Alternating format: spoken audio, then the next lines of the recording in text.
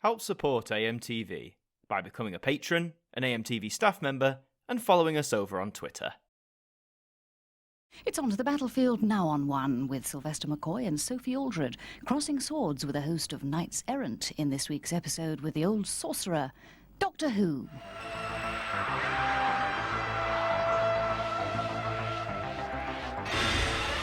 Doctor Who is a British institution.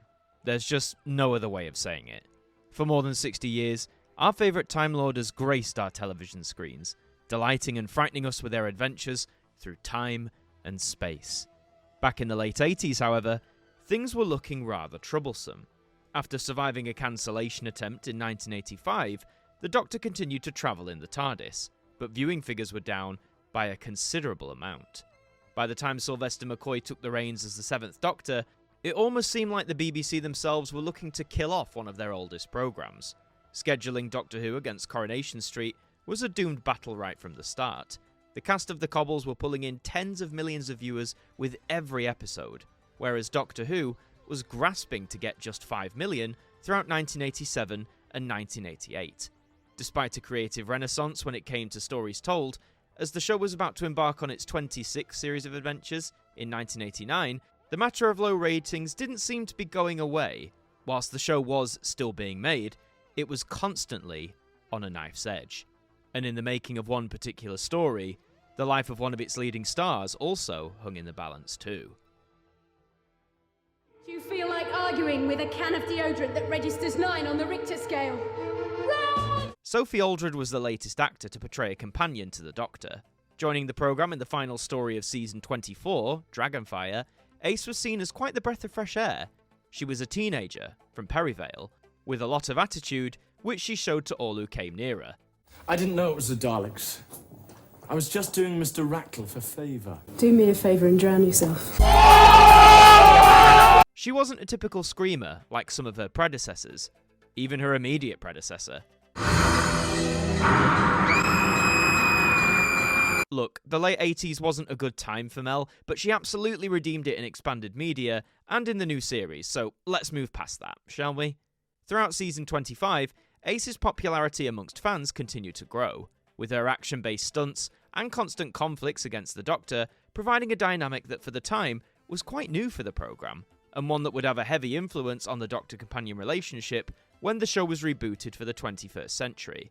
Her character would get a good chunk to do in the opening story for the 1989 season, Battlefield. Set on then contemporary Earth, the Doctor battles against the ancient Morgaine, who believes he is her ancient rival, Merlin. Joining forces with his old friend, the Brigadier, together with a modernised unit, the Doctor aims to avert a scenario where Earth becomes a giant battlefield, where the Destroyer lies in wait. Sounds intriguing, doesn't it? The writer for this story was to be Ben Aronovich, who had scored a big success the previous year with Remembrance of the Daleks, a tale that has gone on to be lauded as one of the all-time best in Doctor Who's history. So with all that in mind, what could possibly go wrong? I like it a bit there, you can see a bit. See what it is. Cameras started rolling on Battlefield in the spring of 1989. A mixture of location and studio sequences made up the adventure, with one of the latter moments being set in an underwater cavern. Towards the end of the shooting day, one final major sequence had to be shot, the cliffhanger to Part 2. Having triggered an automated defense system, the Doctor and Ace have to act quickly to survive without being struck down. In the ensuing chaos, Ace runs through a doorway, which unfortunately leads to a dead end. The slowest moving glass door of all time descends, cutting her off from the Doctor. Realising she's trapped, water immediately begins to fill the chamber. The Doctor rushes to do something before he is hit and knocked back by the defences. Unless he can wake up and disable them, it looks like his friend Ace will meet a watery grave. It's a pretty decent setup for a cliffhanger, if you ask me.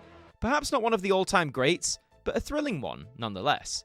But you might be thinking, what does this have to do with a life-threatening accident? Well, dear viewer, allow me to fill you in. We were finishing the whole of the story, so we had to get everything in the can. Back in the day, when working within the studios of the BBC, crews could work until 10 o'clock in the evening. Once this threshold was met, everyone would have to finish up for the night without risking going into a costly overtime period.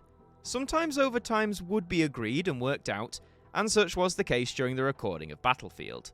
It was agreed that recording would continue until 10:30 PM, meaning that extra half hour was crucial if all the planned sequences were going to be completed on time. As mentioned, the sequence to be shot involved the water tank, for which Sophie Aldred would be placed within to film the cliffhanger. Time was ticking, and everyone was in a hurry to get the sequence in the can before the lights would quite literally be turned off in the studio. Don't bang the glass. Whilst in the tank, Sophie found it difficult to see or hear the calls from the director of the serial, Michael Harrigan. She would primarily rely on her friend and co-star, Sylvester McCoy. The two had struck up a fast and firm friendship, their chemistry effortlessly flowing both as characters on screen or in real life as friends. The pair would work out various hand signals so Sophie could communicate how she was whilst in the tank. So he came right up to the front of the tank and was, doing this, and we suddenly realised we'd need these signals. However, as the moment came to record a take, this is where matters took a drastic turn for the worst. As Sylvester approached the filling tank, he noticed that the glass window was beginning to bulge, something that glass isn't really meant to do in a situation like this. Whilst he quickly processed this information, Sophie was continuing to act out Ace's desperation, but within seconds, this happened. Shit, get out! The glass had cracked substantially, Sylvester seeing it with his own eyes, and Sophie feeling it beneath her hands. Immediately, Sylvester knew he had to act fast. Using all the voice he could muster, he bellowed out to everyone who could hear him in the studio to get Sophie out of the tank. I must shout a command that everybody must obey. Shit, get out! Move back, the water or something. It seems his efforts were thankfully heard and understood, as his companion was lifted quickly out of the tank by the stagehands above her, as the water quickly emptied and began to flood into the studio. Now you might think, okay, Sophie is out of the tank, crisis averted, right? Wrong. Bear in mind this event took place in a BBC studio, an environment where several live cables are strewn all across the floor.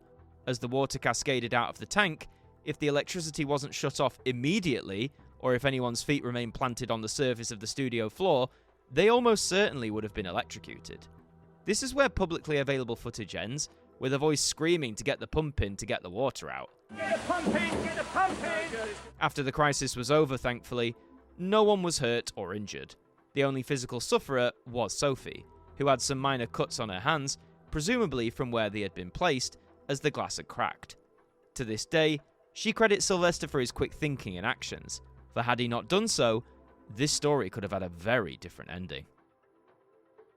The question immediately came to the forefront. How had this happened? Was this health and safety being overlooked for the sake of getting a crucial sequence in the can as quickly as possible? From what we understand, no. This isn't a case of BBC negligence. An investigation was launched by the corporation in the June of 1989, with the event making its way to the press the same month. It was found that the contractor, who had been hired to construct the water tank prop, had not used glass to the correct thickness that was specified. As a result, the volume of water, combined with Sophie's continuous movements, proved far too much for this thinner glass to withstand. I suppose when you look back at it, there should have been some form of retaining tank were an accident to occur. You could argue that the BBC should have tested more, perhaps with a professional stuntman or something like that, but the important thing was in this case, no one was hurt. Although it was a very stark warning for the BBC, as the 80s were close to bowing out. Their track record with health and safety hadn't been the cleanest. The most high-profile incidents were from the Late Late Breakfast Show, a primetime Saturday night entertainment programme fronted by popular presenter Noel Edmonds. Dangerous stunts were a prominent feature, except these weren't carried out by trained professionals but by members of the public. Things ultimately did not end well, but if you want to learn more about that, we've done a whole video covering the fatal disasters that plagued the BBC in the 1980s.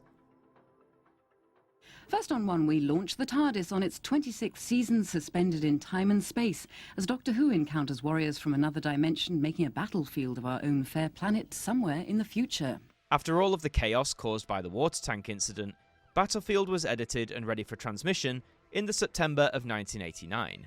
Would it be the silver lining to get Doctor Who back on top? No, of course it wasn't. By this point, with very little promotion from the BBC themselves, Battlefield, and arguably Season 26 as a whole, was doomed to fail from the start. And when I say fail, I'm talking strictly from a viewing figure's point of view. Part 1 of Battlefield has the unfortunate distinction of being the least watched individual episode of classic Doctor Who, with just 3.1 million viewers tuning in to kick off the season. Much of the water tank disaster can actually be seen in the final programme, including the cracked glass, which can be clearly seen as Sophie is lifted out, portrayed in the episode as Ace escaping certain death. But this could have all worked out very differently.